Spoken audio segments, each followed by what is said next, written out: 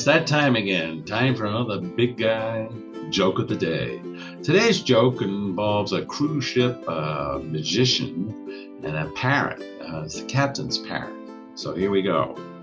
A magician is working on a cruise ship, but there is one problem. The captain's parrot watches every trick he does, and after figuring out the trick, the parrot has started yelling out the secrets of how the tricks are done. The bird says, "Look, it's not the same hat. Hey, he's hiding the flowers under the table." The magician is enraged, but it's the captain's parrot, so he can't do anything about it.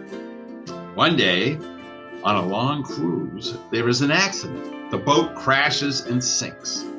The magician and the parrot find themselves in the middle of the ocean. For days, neither says anything. Finally, after a week, with no hope in sight, the parrot says, "Okay, I give up. Where's the boat?" And that's the joke of the day. Thanks for watching.